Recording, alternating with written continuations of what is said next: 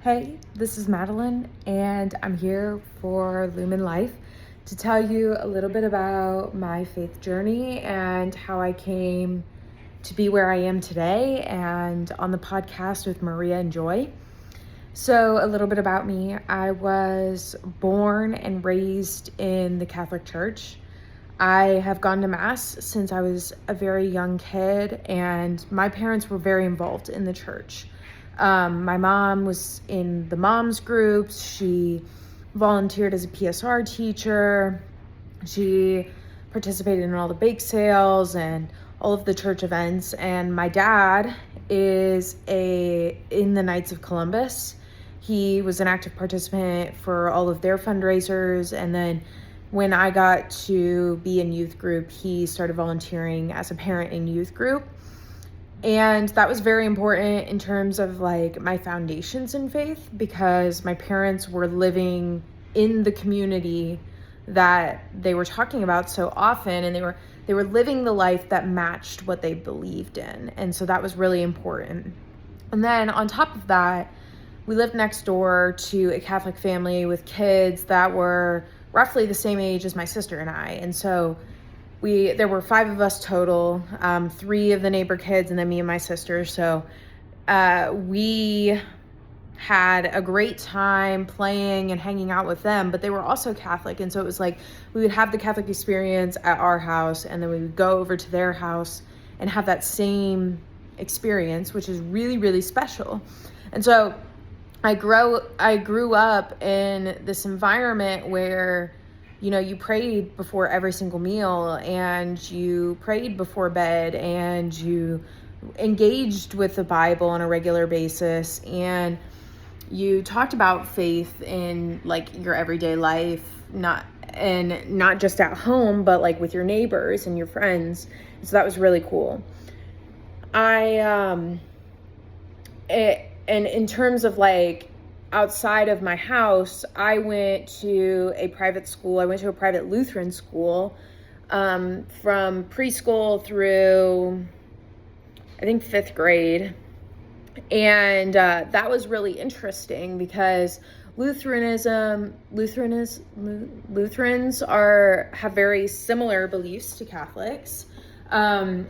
If you want to go into the history of the Lutheran Church, you know that Martin Luther was a Catholic priest, and he had a bunch of grievances with the Catholic Church. He ended up nailing all of his grievances to the Catholic Church door. He ends up passing away, and his followers found a church by his name, basically acting upon all of the grievances that Luther had listed.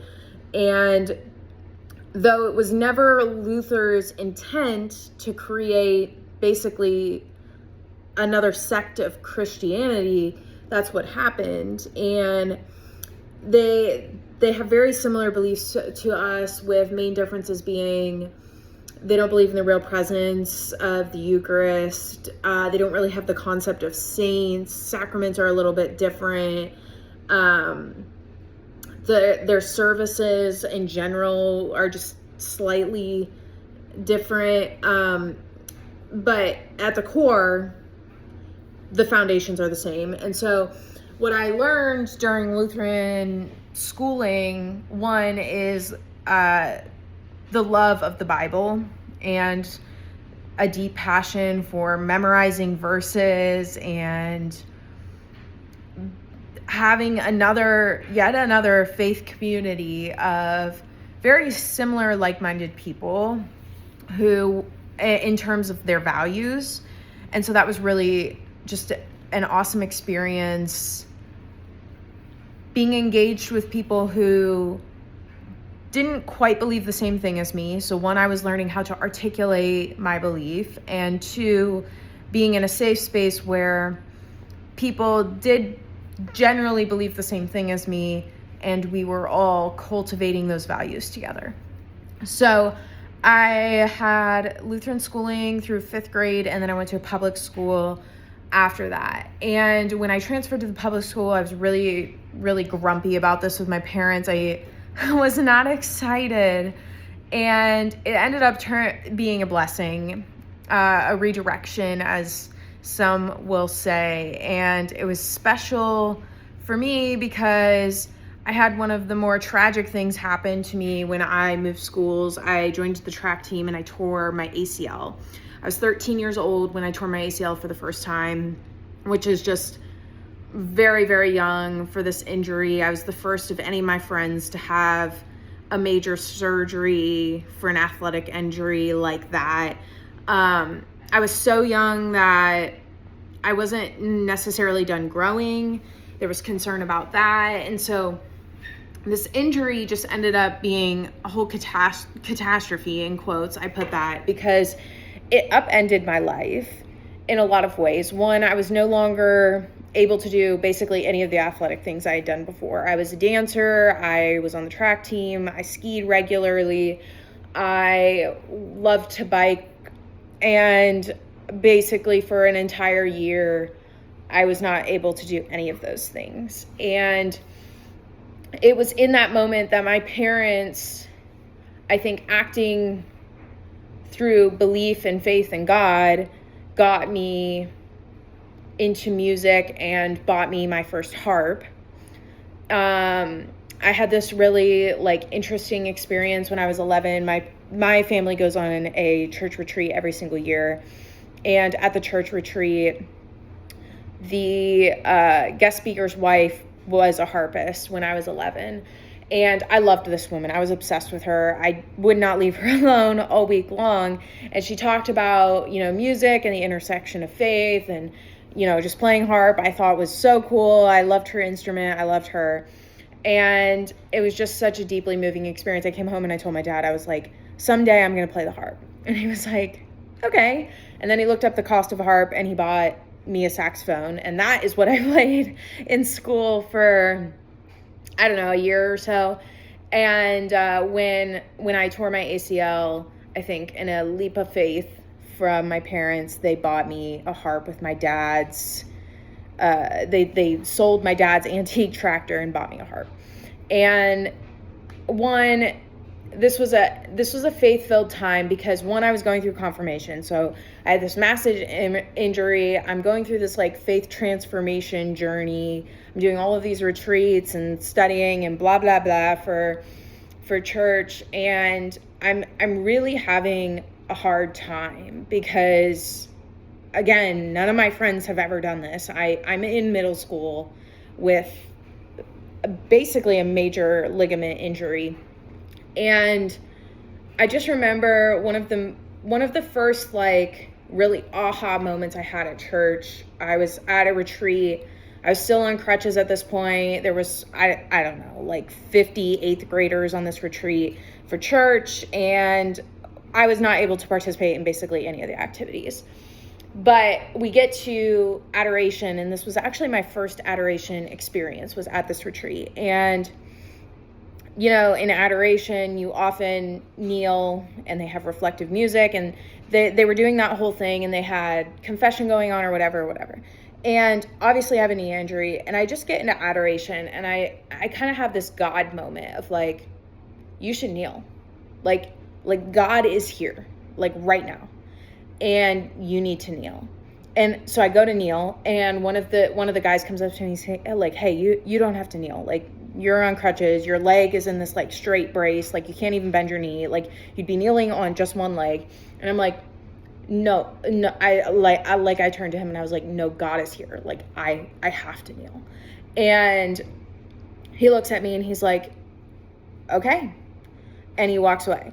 And I knelt the entire time. And it was just such a profound moment. One, the music in combination with the experience and just the overwhelming sense of peace I had in that moment was just so profound. And so after that, I would say, one, my faith became a lot stronger, and I recognized the test that God was putting me through. So that was really cool. And then, I had my whole high school experience or whatever, and then I ended up choosing to go to a Catholic university for college. And I went to Walsh University in North Canton, Ohio. It's about 20 minutes south of Akron. And that was a really interesting choice. I chose there, one, because they'd come and let me play harp and give me space to do that. And, being a part of a Catholic community was important. And then the kids I grew up next door to, basically my whole life, they were going to Walsh too. So it was like, no brainer. Everything's at Walsh. Like, I love this. So I moved to Walsh, and I really struggled. I was a COVID college kid, meaning COVID happened my freshman year of college and basically uprooted my entire experience.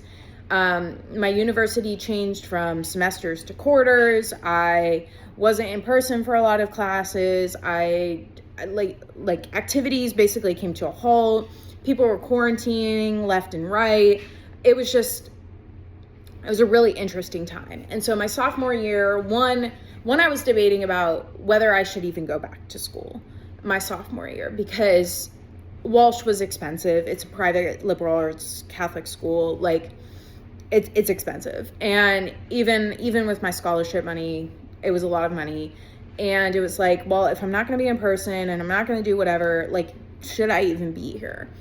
And I just felt really compelled. I was like, I need to have this community. Like, in a time where we do not have community, I need to have community. And I need it to be my Catholic community. I need to be rooted in faith, and I need to be here. And so I kept going to college. And the fall of my sophomore year, I ended up tearing my ACL for the second time. And another big profound moment for me is I went to the appointment by myself, which one was a mistake in retrospect, but I went to the doctor's appointment by myself. They tell me I tore my ACL, and I just remember coming out and getting in my car, and I literally yelled at God. I was like, you have got to be kidding me. Like, I've done this before. I've been here. Like, of all the lessons for you to teach me, why do we have to repeat this one? Like, I don't get that. I don't get that. And I was just so frustrated. And it makes me emotional now because it's so real. The lessons that God teaches you. And so, yeah, round 2 of the knee surgery, I was in college. My physical therapist was in Columbus. I drove home once a week for physical therapy for my whole second semester of sophomore year. I was absolutely hustling. I had an internship. I was in the max number of credit hours I could be in. And I was not thriving. It was the opposite, thriving. And I just remember at one point, it was like, I need to go to mass for myself, right? Like, Walsh is great. I go to mass and I see all my friends there. Super cool. I love that. I love the community at Walsh. But I have to go to mass because this is what I believe. And I am working on fostering my relationship with God. I'm not fostering my relationship with my friends through God. And so mass became really important for me. And I started going by myself, really intentionally, at times and places where I knew my friends were not going to be, because it gave me a moment to step away from campus, step away from all of the things that I was really, really frustrated with, and just unplug. And so I started going to mass by myself off campus, and that was really good for me. I sort of hit my jam my junior and senior year of college. And after that, I sort of settled into my faith. And I think after I had just like these pivotal moments in college, I then started trying to discern what my vocation to God was going to be. And I was a single person all through high school and college. And I was really, really comfortable with being a single person. And so in college is the time to like discern every single thing about yourself, and your vocation is one of those things. And I just thought, I'm really good at being a single person. I thrive in the single person environment. I know what I need to do. I can motivate myself to do those things, and maybe I'm just called to do that. Be single. And then, God placed Nathan in my life at just like the weirdest time. I accepted a job in a city that was 2 hours away from where he lived, and God's like, yeah, no, this is the guy. Like, this is the one you can marry. And I remember like going to sign my lease for an apartment in Cincinnati, and I couldn't do it. And I prayed about it, and I prayed about it, and it just felt like God wasn't necessarily telling me what to do, but I knew it wasn't right to sign. And so I didn't. I pulled out of this like roommate agreement I had, and I hadn't dated, I wasn't even officially dating Nathan yet. It didn't feel right. And as Nathan and I started dating, I just know that that moment was a God moment, and just like a real faithful intercession by God to just kind of transform my life into something completely different than I ever thought it was going to be. And I just, during my time of dating Nathan and building faith, I just remember praying a lot, like, God, I'm having to do a lot of things I'm like really not comfortable with, right? Like, being in a relationship is a lot of sacrifices, and like, again, I spent 20 some years thriving as a single person. So like, I was having to relearn some like really basic stuff. And I think that was God's way of being like, no, this is my challenge for you. Like, you can do a lot for yourself, but it is that much greater when you get to share it with other people. And so, yeah, Nathan and I got married almost a year ago now, 11 months ago, which is really exciting. And that leads me to where I am today. You know, my mission in life is to get Nathan's soul to heaven. And, you know, I am all about trying new things and doing new things for myself and my friends and my family now. And I think this podcast is helping me in my faith journey as a stretch goal, right? Talk about all of the formative experiences I've had, and also learn from two amazing women in my life about what's worked for them and what hasn't, and kind of just the shared experiences we have. And then also learn from our viewers about all of the great things that the church and God has to offer for us. So yeah, I'm really excited for what Lumen Life is going to be and has been already for Maria, Joy, and I, and all of our followers. So stay tuned for more discussions about our faith and what it means. Peace.